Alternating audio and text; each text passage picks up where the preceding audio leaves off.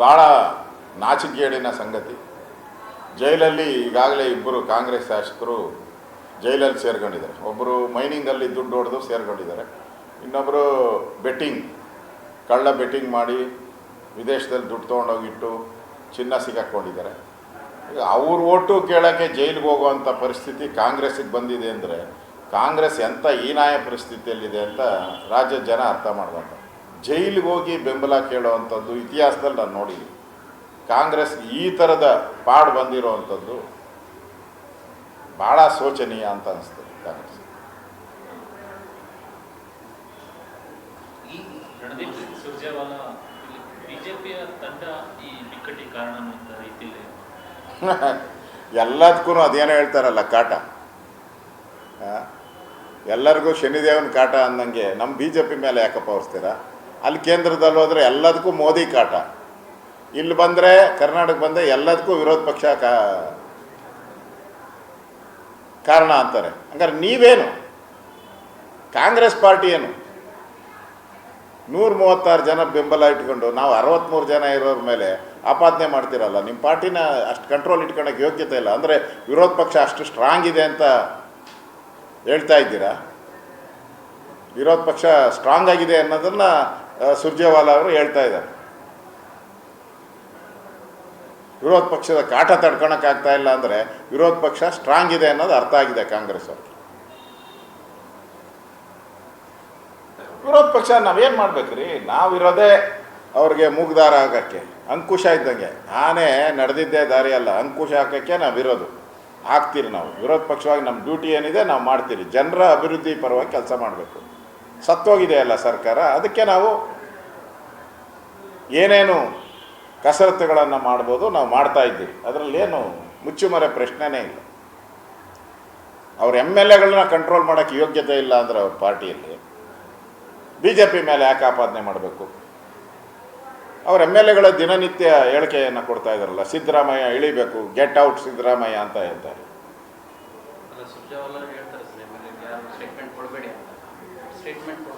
ಸುರ್ಜೇವಾಲಾ ಅವ್ರು ಸ್ಟೇಟ್ಮೆಂಟ್ ಕೊಡಬೇಡ ಅಂದರೆ ಅರ್ಥ ಕೊಡಿ ಅನ್ನೋದು ಅರ್ಥ. ಅಷ್ಟು ತಿಳ್ಕೊಂಬಿಟ್ಟವ್ರು ಕಾಂಗ್ರೆಸ್ ಅವರು. ಕೊಡಬೇಡ ಅಂತ ಹೇಳಿದ್ರೆ ಸುರ್ಜೇವಾಲಾ ಕೊಡಿ ಅಂತ ಅರ್ಥ ಅಂತ DK ಟೀಮ್ ಅರ್ಥ ಮಾಡ್ಕೊಂಬಿಟ್ಟವ್ರು. ಅದಕ್ಕೆ ಇವ್ರು ಎಷ್ಟು ಸರಿ ಸುರ್ಜೇವಾಲಾ ಹೇಳ್ತಾರೋ ಅಷ್ಟು ಎಕ್ಸ್ಟ್ರಾ ಕೊಡ್ತಾರೆ ಇವರು. ಆ ಪರಿಸ್ಥಿತಿ ಕರ್ನಾಟಕ. 3 ಪೈಸದ ಬೆಲೆ ಇಲ್ಲ ಸುರ್ಜೇವಾಲಾ ಅವ್ರ ಮಾತಿಗೆ. 3 ನಯಾ ಪೈಸೆ ಕವಡೆ ಕಿಮ್ಮತ್ತು ಕಾಸು ಬೆಲೆ ಇಲ್ಲ. ಅಷ್ಟು ಮರ್ಯಾದೆ ಕಳ್ಕೊಂಬಿಟ್ಟಿದ್ದಾರೆ ಸುರ್ಜೇವಾಲಾ.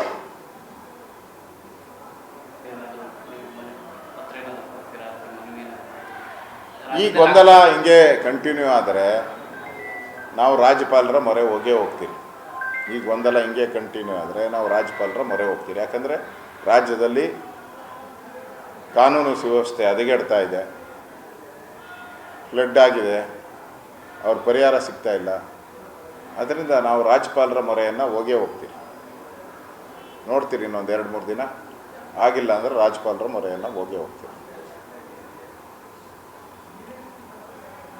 ನೋಡ್ರು ಊಟ ಆಚೆ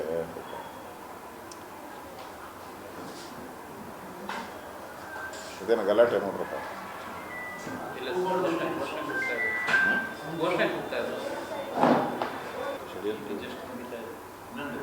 ಘೋಷಣೆ ಮಾಡೋದಕ್ಕೆ ಹೈಕಮಾಂಡ್ ಹೆದರ್ತಾ ಇದೆಯಾ ಅಂತ ಭಯ ಏನು ಹೈಕಮಾಂಡ್ಗೆ? ಏನಾದರೂ ತೀರ್ಮಾನ? ಈಗ ಸಿದ್ದರಾಮಯ್ಯ ಬಿಟ್ಟರೆ ಪಾರ್ಟಿ ಮುಣಗಿಸ್ಬಿಡ್ತಾರೆ.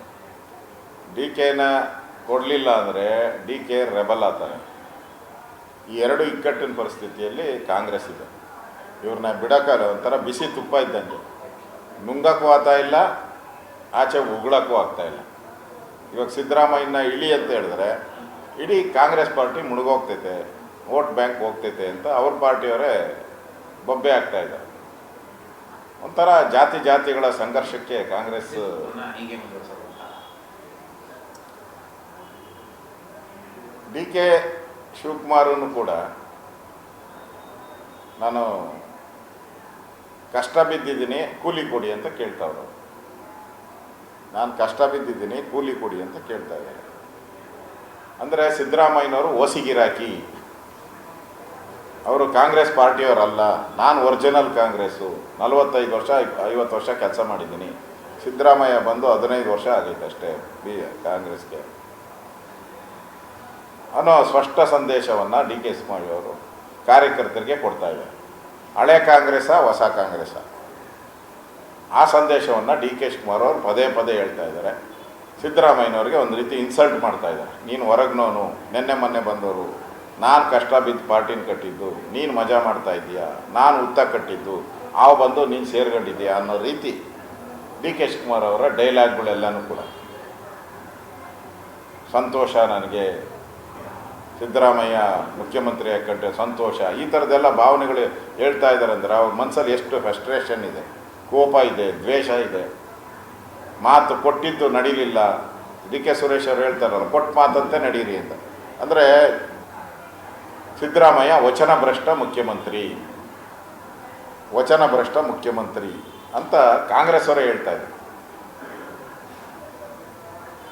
ಅಂದರೆ ಇದು ವಚನಭ್ರಷ್ಟ ಅನ್ನೋದು, ಸಿದ್ದರಾಮಯ್ಯ ಅನ್ನೋದು ನಾಳೆ ಟೈಟಲೇ ಆಗೋತದೆ. ಕಾಂಗ್ರೆಸ್ ಪಾರ್ಟಿಯಲ್ಲಿ ಒಂದು ಟೈಟ್ಲ್ ಆಗೋತದೆ ವಚನಭ್ರಷ್ಟ ಅನ್ನೋದು. ಅದನ್ನು ಕಾಂಗ್ರೆಸ್ ಪಾರ್ಟಿಯವರೇ ಮಾಡ್ತಾ ಇದ್ದಾರೆ, ಸಿದ್ದರಾಮಯ್ಯ ವಚನಭ್ರಷ್ಟ.